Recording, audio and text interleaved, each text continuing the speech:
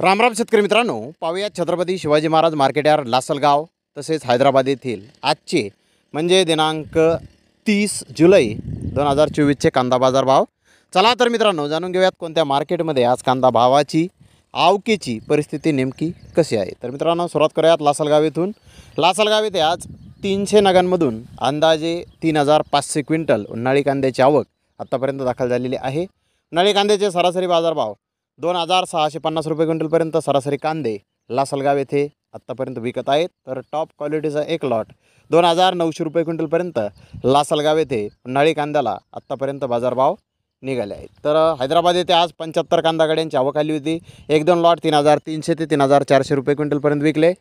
त्या खालोखाल big size कांदे 3100 ते 3200 रुपये क्विंटलपर्यंत विकले। मुक्कल साईज कांदे 2800 ते 3100 रुपये क्विंटलपर्यंत विकले।